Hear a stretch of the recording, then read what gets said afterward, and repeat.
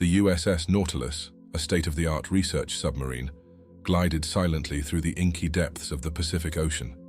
Chief Engineer Rowan Cross stood at the helm, his eyes fixed on the array of monitors before him. The vessel's hull creaked under the immense pressure of the deep, a constant reminder of the thin barrier between life and death. Rowan's fingers danced across the control panel, making minute adjustments to keep the Nautilus stable in the turbulent currents. He couldn't shake the feeling of unease that had been growing since they'd begun their descent 3 days ago. Dr. Evelyn Marsh, the lead scientist of the expedition, approached Rowan with a clipboard in hand. Her usually composed demeanor seemed slightly strained, dark circles prominent under her eyes. "How are we looking, Chief?" she asked, her voice barely audible over the low hum of the engines. Rowan turned to face her, noticing the slight tremor in her hands. "All systems are functioning within normal parameters, Doctor," he replied, unable to keep the concern from his voice. "But I must admit, I'm worried about the crew. Everyone seems on edge." Evelyn nodded, her gaze shifting to the porthole where only darkness was visible. "It's to be expected, given the nature of our mission," she said, her tone measured. "We're pushing the boundaries of human endurance here." Rowan couldn't help but feel there was more she wasn't saying. The mission briefing had been vague, mentioning only groundbreaking research into deep-sea exploration. But the presence of armed security personnel and the strict confidentiality agreements they'd all signed hinted at something far more complex. In the adjacent lab, oceanographer Cora Weiss and marine biologist Liam Keane were engrossed in their work, analyzing data from their recent deep-sea samples. Cora's brow furrowed as she studied a readout, her usually cheerful demeanor replaced by intense concentration. Liam, typically the picture of calm professionalism, paced the small lab space, muttering to himself and running his hands through his disheveled hair. The tension in the air was palpable, like a thin wire stretched to its breaking point. As Rowan was about to inquire further about the crew's condition, a sudden lurch rocked the submarine. Warning lights flashed across the control panel, and alarms blared throughout the vessel. "What the hell was that?" Evelyn shouted, steadying herself against a nearby console. Rowan's hands flew across the controls, his heart racing as he assessed the damage. "We've hit something," he reported, his voice tight with stress. "Or something's hit us." As if in response to his words, a low, haunting moan echoed through the hull, unlike anything any of them had ever heard before. In that moment, as fear gripped the crew of the Nautilus, none of them realized that their true ordeal was only just beginning. In the hours following the mysterious impact, the atmosphere aboard the Nautilus grew increasingly tense. Rowan worked tirelessly to stabilize the submarine systems, his fingers flying over the controls with practiced precision. The damage, while not critical, had compromised several of their primary research instruments. Dr. Evelyn Marsh paced the control room, her earlier composure giving way to visible agitation. "We need those systems back online, Cross," she snapped, her voice tinged with an edge of desperation. "The entire mission depends on it." Rowan bit back a retort, sensing that Evelyn's stress stemmed from more than just damaged equipment. Meanwhile, in the lab, Cora Weiss and Liam Keane were grappling with their own set of problems. The samples they had collected from the ocean floor were behaving in ways that defied explanation. Under the microscope, tiny organisms pulsed with an unnatural bioluminescence, their cellular structures shifting and reforming in impossible patterns. Liam ran a hand through his hair, his eyes wild with a mixture of excitement and fear. "Cora, have you ever seen anything like this?" he whispered, unable to tear his gaze away from the eyepiece. Cora shook her head, her face pale in the eerie glow of the specimens. "It's as if they're evolving right before our eyes," she murmured. As the hours stretched into days, the crew's behavior began to change subtly. Rowan noticed increased irritability among the team members, punctuated by bouts of paranoia and vivid hallucinations. He himself had started seeing shadows moving in his peripheral vision, only to find nothing when he turned to look. The crushing pressure of the deep seemed to be seeping into their very minds, distorting reality and fraying nerves. During a rare moment of quiet, Rowan cornered Dr. Marsh in the corridor. "What aren't you telling us, Doctor?" he demanded, his voice low and intense. "This isn't just about research, is it?" Evelyn's facade cracked for a moment, fear and guilt flashing across her features before she regained control. "It's classified, Chief," she replied, her tone clipped. "All you need to know is that we're on the brink of a breakthrough that could change everything." Before Rowan could press further, alarms blared throughout the submarine. They rushed to the control room to find Liam at the helm, his eyes wide with panic. "There's something out there," he stammered, pointing at the sonar display. The screen showed a massive shape circling the Nautilus, far larger than any known deep-sea creature. As the crew gathered to assess this new threat, a wave of dizziness swept through the submarine. Rowan gripped the edge of the console, fighting against a sudden, overwhelming nausea. Through blurred vision, he saw his crewmates similarly affected, some collapsing to their knees. The world seemed to ripple and distort around them, reality bending in impossible ways. In that moment of shared disorientation, a chilling realization began to dawn on Rowan. Whatever was happening to them, whatever they had discovered in the depths, it was changing them in ways they couldn't begin to comprehend. And as the massive shape outside drew ever closer to the Nautilus, Rowan feared they were about to face the consequences of their expedition into the unknown. The Nautilus shuddered violently as the massive shape outside made contact with the hull. Alarms blared, red emergency lights bathed the interior in an ominous glow, and the crew fought to maintain their balance and sanity. Rowan's hands flew over the controls, desperately trying to stabilize the submarine. "We're losing power," he shouted over the cacophony of creaking metal and blaring sirens. Dr. Evelyn Marsh stumbled to his side, her face a mask of terror and determination. "We can't abort the mission now," she insisted, her voice cracking.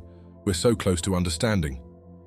In the lab, Cora and Liam watched in horror as their samples seemed to come alive, pulsating with an otherworldly energy that threatened to shatter their containment units. "It's responding to whatever's out there," Liam gasped, his eyes wide with a mixture of fear and scientific awe. Cora grabbed his arm, her nails digging into his skin. "Liam, look at your hands," she cried. They both stared in shock as faint, luminescent patterns began to appear on their skin, mirroring the cellular structures they'd observed in the specimens. The submarine lurched again, and Rowan heard the sickening sound of metal tearing. Water began to seep into the lower decks, and panic spread through the crew like wildfire. As Rowan fought to seal off the damaged sections, he felt a strange sensation creeping through his body. His vision blurred, and for a moment he could have sworn he saw through the hull of the Nautilus into the pitch-black waters beyond. The massive shape outside came into focus, a colossal, bioluminescent entity that defied classification, its form constantly shifting and pulsing with alien life.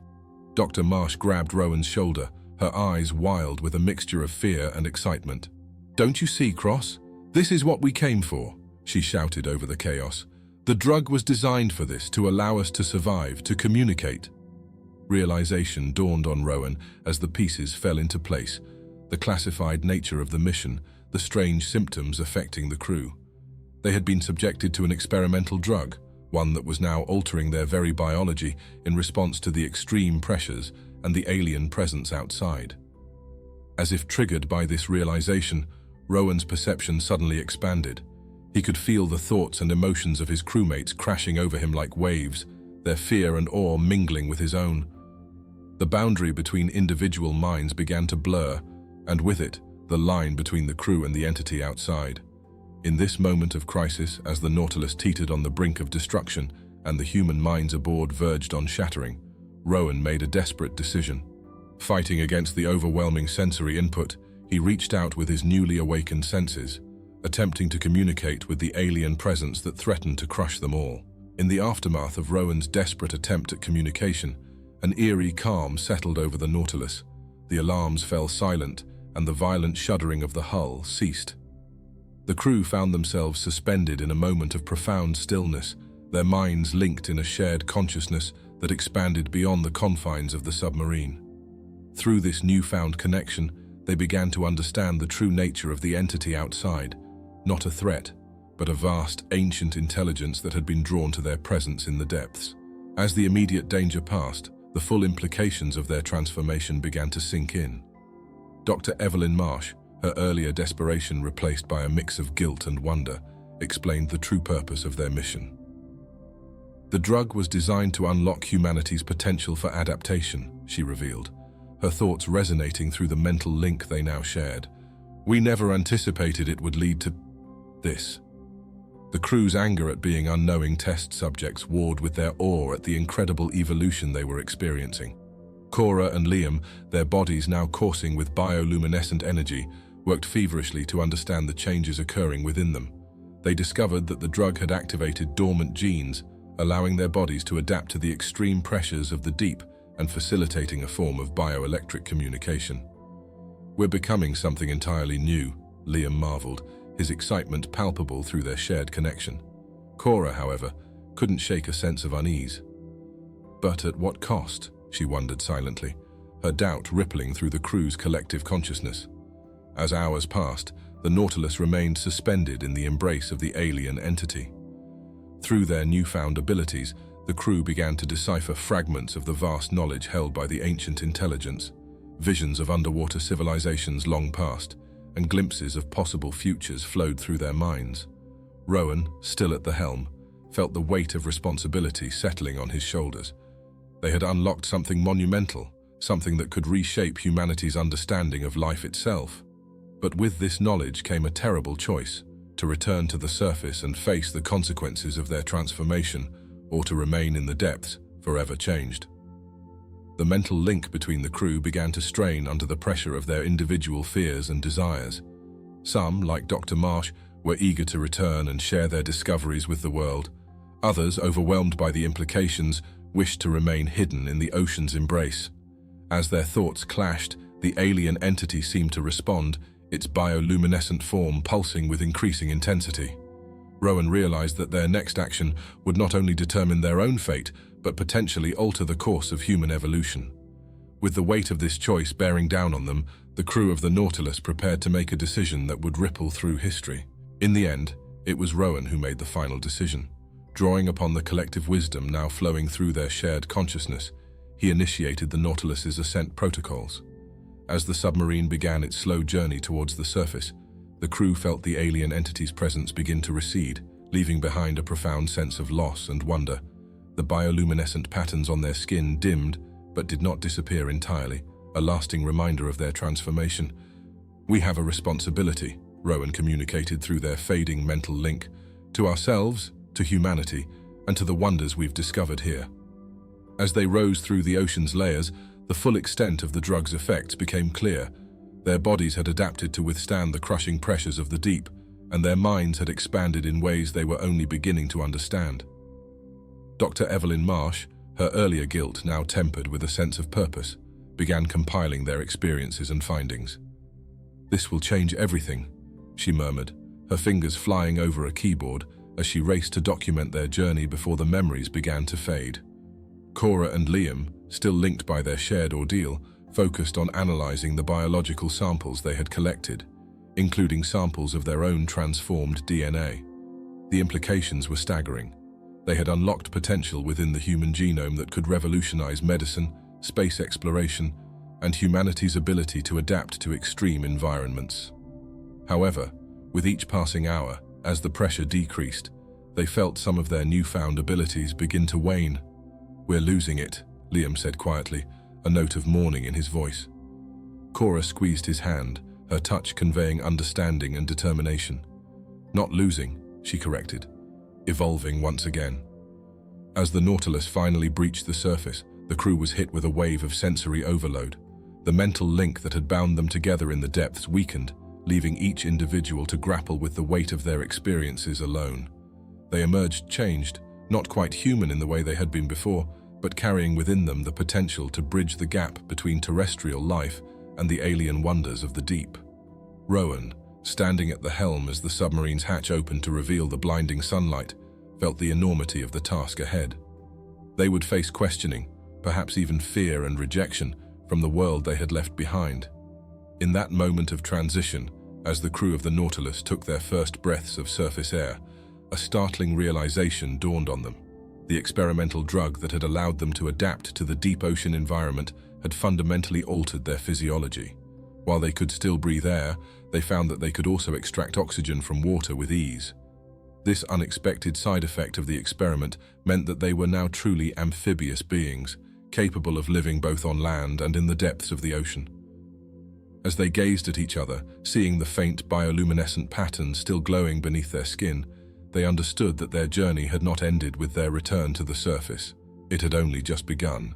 The true challenge lay ahead, integrating their newfound abilities into the world above and deciding how much of their profound discovery to share with a humanity that might not be ready for such an evolutionary leap.